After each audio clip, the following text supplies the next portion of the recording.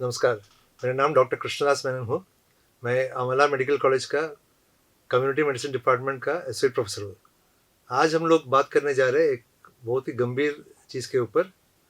वो ये है कि जो बारिश में होने वाले बुखारों के बुखारों के बाद मतलब आप लोगों को सबको मालूम है कि यहाँ पे इंडिया में बारिश होता है केरला में, खास करके केरला में जून 1 तारीख के बाद, जो हम लोग का मौसम पलट जाता है। और उसके साथ साथ बहुत सा ऐसा चीज़ होता है जो इससे बुखार बहुत बढ़ता है। उदाहरण से यहाँ पे स्कूल खुलता है और बारिश भी होता है। तो यहाँ हम लोग चर्चा करने वाले हैं बारिश में जो बुखार जैसे रोग होता है उसके बारे में।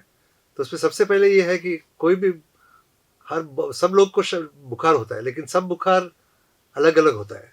जैसे हम लोग का यहाँ केरला में आजकल जो है, आप लोग जहाँ से है उत्तर भारत में, वहाँ पर मच्छर है लेकिन मलेरिया बोलकर बुखार होता है।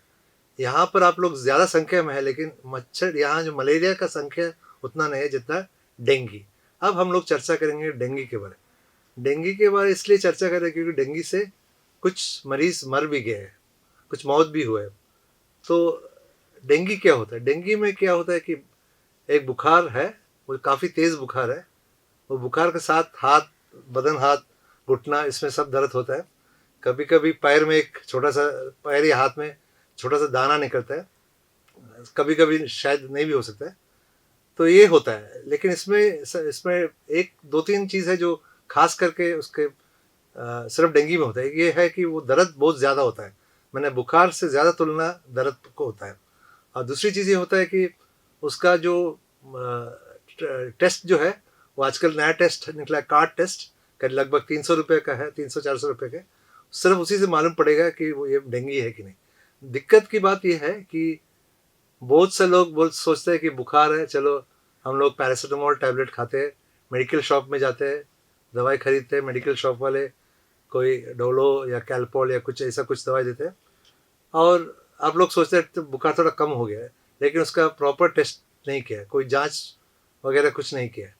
तो उसके बाद क्या होता है कि बुखार जो है बढ़ जाता है। उसके बाद हॉस्पिटल में पहुंचता है मरीज़।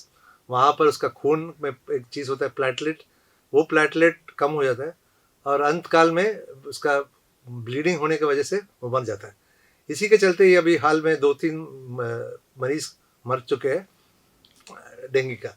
तो इसमें सबसे बड़ी चीज़ ये है कि आपको अगर ऐसा कोई लक्षण है कि बड़े सिर दर्द कर रहे हैं, बदन हाथ दर्द कर रहे हैं, बुखार भी है, तो आप अपने आप दवाई मत लीजिए। अपने आप जाकर दवाई मेडिकल स्टोर में दवाई मत लीजिए। आप जाइए प्राइमरी हेल्थ सेंटर में, चाहिए गवर्नमेंट हॉस्पिटल में, चाहिए प्राइवेट डॉक्टर के पास में, आप वहाँ से दवाई लिखवाइए। अपने आप इलाज करने से दिक्कत हो सकता है, समझ गए?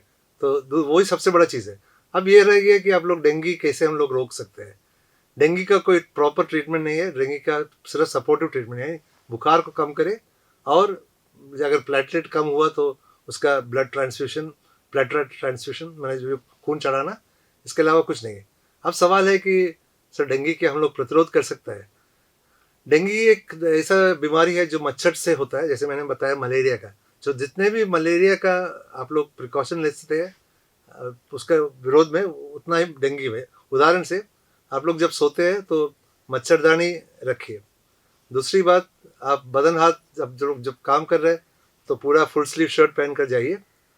तीसरी बात यह है कि आप जहाँ आप रह रहे हैं उसका आसपास में साफ सुथरा रखें। कोई पानी जमने का कोई बर्तन वर्तन है तो उसको उल्टा दे। हफ्ता में एक दिन ड्राई डे रखें, क्योंकि ड्राई डे का मतलब ये है कि वहाँ को उस दिन कुछ भी पानी वगैरह आप जहाँ रह रहे आपका वहाँ नहीं होना चाहिए, खुला पानी, मैंने ढक्कन का बिना। तो ये बड़ा एक समस्या है, क्योंकि आप लोग सब दूसरा स्टेट से आया हुआ है, यहाँ एक साथ रह रहे। हो सकता है कि कुछ प्रैक्टिकल डिफिकल्टीज है मैंने, लेकिन आप लोग सही में आप लोग कॉयल इस्तेमाल कर सकते हैं, आप लोग मैट इस्तेमाल कर सकते हैं, आप लोग क्रीम इस्तेमाल कर, ओडोमस क्रीम इस्तेमाल कर सकते, फुल स्लीव शर्ट या फुल स्लीव शर्ट पर कर सकते हैं, और आप लोग मच्छरदानी इस्तेमाल कर सकते हैं। ये सबसे आप लोग डेंगू से बच सकते हैं। लेकिन और एक चीज़ हम बोलना चाह रहे हैं कि हर बुखार डेंगू नहीं होता है, लेकिन डेंगू सबसे खतरनाक बुखार है यहाँ पे, जो जो बारिश के टाइम में फैलता है। दूसरा एक खतरनाक बीमारी है, वो है लेप्टोस्पायरोसिस। हालांकि नाम उसका लंबा चौड़ा है, लेकिन उससे कैसे प्रचार होता है, जो आदमी लोग खेती में काम करता है, चप्पल के बिना चलता है, वो अगर चलता है और उसका पैर में कोई चोट है या चोट नहीं भी हो, और वहाँ पर अगर क्या बोलते हैं, चूहा का पेशाब उसका लग जाता है, तो वहाँ से उसको ये कीटाणु ये हो सकते हैं लेप्टोस्पायरोसिस। तो लेप्टोस्पायरोसिस जो है उसमें भी बुखार होता है, बदन हाथ दर्द होता है, लेकिन उसमें और एक खासियत ये है कि वो आदमी को जॉन्डिस भी हो सकता है, यानी कि आँख पीला हो सकता है, पेशाब पीला हो सकता है, लिवर का भी यहाँ पर भी गड़बड़ हो सकता है, तो उसका उल्टी हो सकता है। तो ये सब लेप्टोस्पायरोसिस का लक्षण है। डेंगू में जॉन्डिस उतना नहीं होता है और लेप्टोस्पायरोसिस में जॉन्डिस होता है। तो लेप्टोस्पायरोसिस, लेकिन इसमें खासियत ये है कि जो आदमी खेती में काम करता है, आप लोग दूसरा स्टेट से आया है, कोई होटल में काम कर रहा है, कोई बिल्डिंग का काम कर रहा है, कोई राजमिस्त्री का काम कर रहा है, कुछ लोग खेत में भी काम कर रहे हैं, हार्वेस्टिंग में काम कर रहे हैं। तो जो चप्पल पहन बिना जो खेती में उन लोग को ज़्यादा रिस्क है इसमें।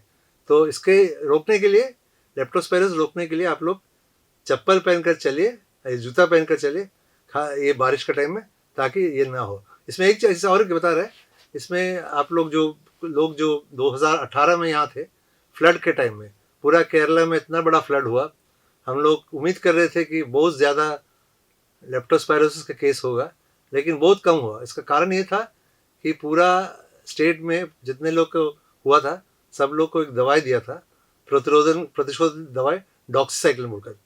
इसके चलते कोई केस नहीं हुआ।